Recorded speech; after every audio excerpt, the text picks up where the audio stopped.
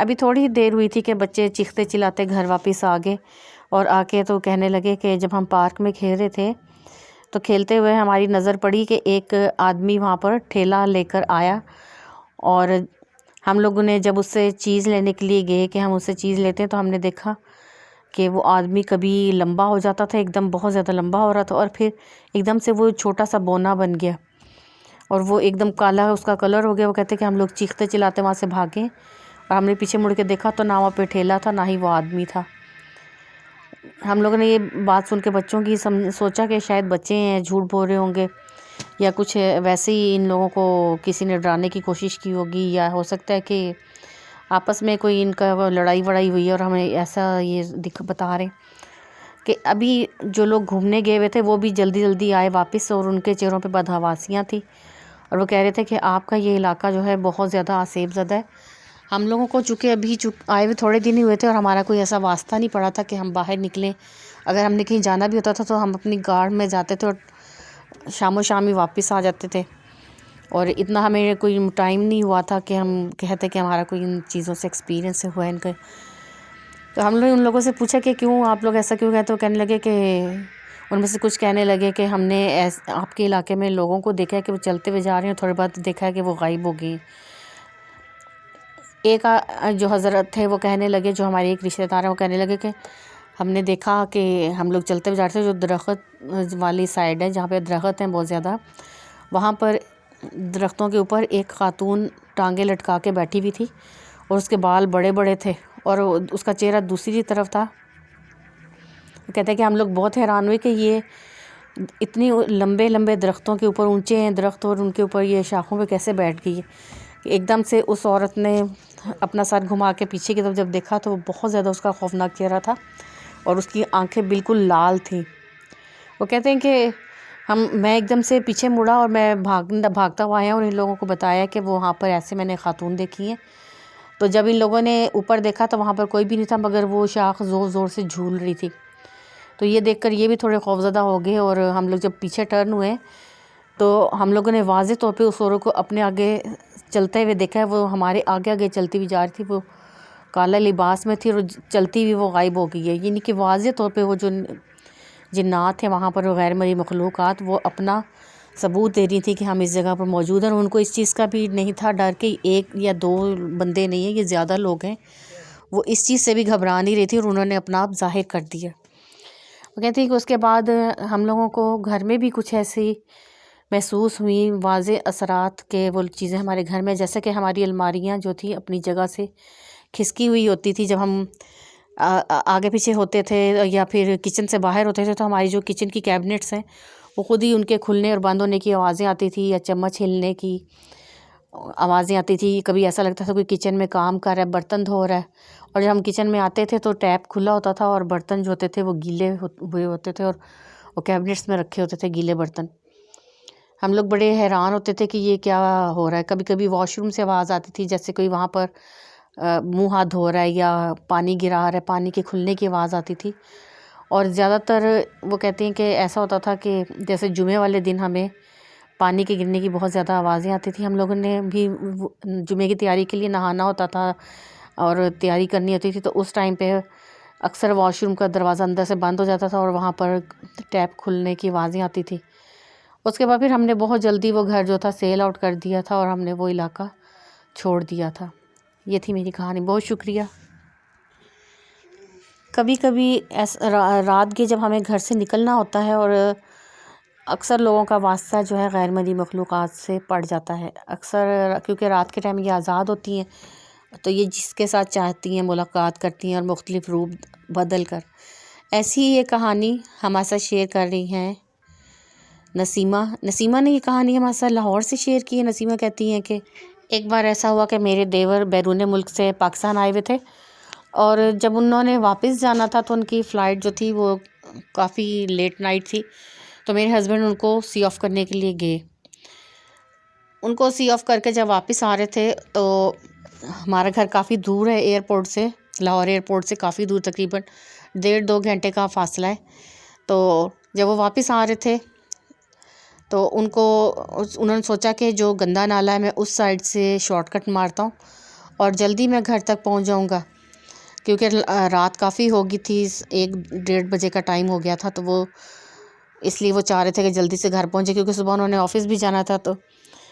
اس کے علاوہ کافی سردی کا موسم تھا۔ انہوں نے بائک گندے نالے والی سائڈ پہ موڑ دی، اور اس کے ساتھ ساتھ چلتے ہوئے وہ آ رہے تھے۔ کافی ویرانی تھی، رات کا ٹائم تھا۔ وہ کہتے ہیں کہ میں جا رہا تو ایک دم سے مجھے یوں محسوس ہوا کہ جیسے میرے آگے آگے میں دیکھ رہا تھا کہ جو موٹر سائیکل کی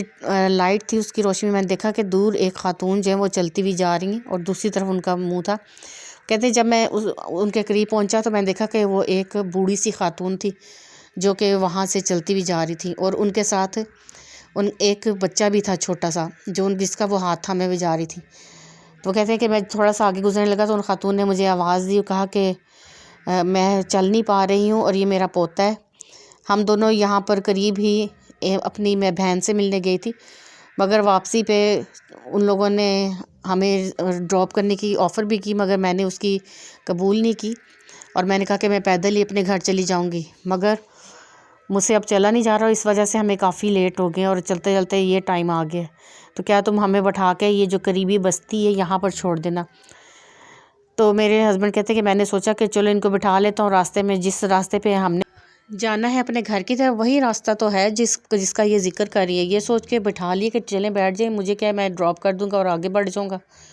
کہتے ہیں کہ بالکل ہمارے گھر سے کچھ فاصلہ ہی تھا 5 منٹ کا، جہاں پہ جو جگہ انہوں نے بتائی، تو اس کا تو کوئی مسئلہ ہی نہیں تھا، اس لیے ہسبینڈ نے ان کو بٹھا لیا، اور جو ان کا پوتا تھا اس کو بھی اپنے آگے بٹھانے لگے، تو وہ خاتون کہنے لگی کہ نہیں سردی بہت زیادہ، آپ اس کو درمیان میں بٹھا لیں تاکہ اسے ہوا نہ پڑے ٹھنڈی۔ تو میرے ہسبینڈ نے پھر اس کو اپنے پیچھے بٹھا لیا، وہ خاتون بھی بیٹھ گئی۔ اب جب موٹر سائیکل نے چلنا شروع کیا، جب ہم چلاتے موٹر سائیکل جا رہے تھے تو ایسا ایسا وزن بڑھتا جا رہا تھا موٹر سائیکل کے اوپر، اینڈ میں اتنا وزن تھا موٹر سائیکل پہ کہ میرے ہسبینڈ کہتے ہیں کہ میں اتنا مشکل سے موٹر سائیکل چلا رہا تھا، میں سوچ رہا تھا کہ پہلے تو ان دونوں کا وزن اتنا نہیں لگ رہا تھا، اب کیوں اتنی وزنی ہوگی موٹر سائیکل۔ میرے ہسبینڈ کہتے ہیں کہ میں اتنا اس کو زور سے جیسے گھسیٹ رہا تھا، موٹر سائیکل بالکل چل نہیں پا رہی تھی، ایک وقت یہاں تک تھا کہ میں دونوں پیروں کے ساتھ اس کو گھسیٹتا ہوا جیسے آگے لے کے جا رہا ہوں، میری یہ حالت ہو گئی تھی، اور سمجھ نہیں آ رہی تھی کہ بالکل موٹر سائیکل نے چلنے سے انکار کر دیا، اور پیچھے کی طرف ساری جو فورس تھی، وہ جو طاقت اس پہ آ رہی تھی وہ پیچھے کی طرف اس کو لے کے جا رہی تھی۔ موٹر سائیکل کو میں آگے بڑھاتا تھا اور لگتا تھا کہ موٹر سائیکل پیچھے کی طرف کھنچ رہی ہے۔ تو ہسبینڈ کہتے ہیں کہ ویسے ہی میں نے پیچھے مڑ کے دیکھنے کی کوشش کی کہ میں ان خاتون سے کوئی بات کہنا چاہ رہا تھا کہ آپ لوگوں کو کوئی مسئلہ تو نہیں ہو رہا، یا آپ پریشان تو نہیں ہو رہی، یہ موٹر سائیکل کو میں ٹھیک کر لوں گا، یا ایسا میں کچھ سوچ رہا تھا کہ ان کو حوصلہ یہ تسلی دوں۔ یہ سوچ کے جب کہتے ہیں کہ میں نے پیچھے کی طرف مڑ کے دیکھا تو وہ خاتون جو تھی وہ عجیب سی ان کی شکل ہو چکی ہوئی تھی، اور آنکھوں کے اندر گڑے تھے، اور جو منہ تھا وہ بھی کھلا ہوا تھا، اور اس کے اندر بھی صرف گھڑا نظر آ رہا تھا، کچھ بھی نہیں تھا، کالا رنگ کا کوئی چیز تھی جو ان کے منہ کے اندر تھی، اور وہ بالکل اس کے بال جو تھے ہوا میں بکھرے ہوئے تھے، اور جو اس کی ٹانگیں تھی وہ بہت لمبی ہو چکی ہوئی تھی، وہ بالکل اسی جگہ سے مجھے تو لگ رہا تھا کہ اسی جگہ پر ہیں جہاں سے ہم نے سفر شروع کیا تھا اس کو بٹھا کر۔ وہ کہتے ہیں کہ اسی وجہ سے مجھے لگتا ہے کہ موٹر سائیکل پیچھے کھنچ رہی تھی، کیونکہ اس کی ٹانگیں وہیں پر تھیں اور وہ بہت زیادہ لمبی ہو چکی تھیں، اور جو بچہ تھا وہ کہہ رہے کہ بچہ جو تھا وہ بہت ہی بڑا سا کوئی مخلوق بن چکی ہوئی تھی، اور سمجھ نہیں آ رہا تھا کہ وہ کیا چیز ہے۔ کہتے ہیں میں نے جب یہ چیز دیکھی تو میں نے موٹر سائیکل وہیں پہ گرائی اور میں بھاگنے لگا۔ جب بھاگنا شروع کیا تو وہ بھی میرے پیچھے دونوں آوازیں نکالتے ہوئے بھاگ رہے تھے۔ کہتے کہ وہ بچہ جو تھا وہ اس چڑیل نما بوڑھی عورت سے بھی زیادہ خوفناک چیز بن چکا تھا،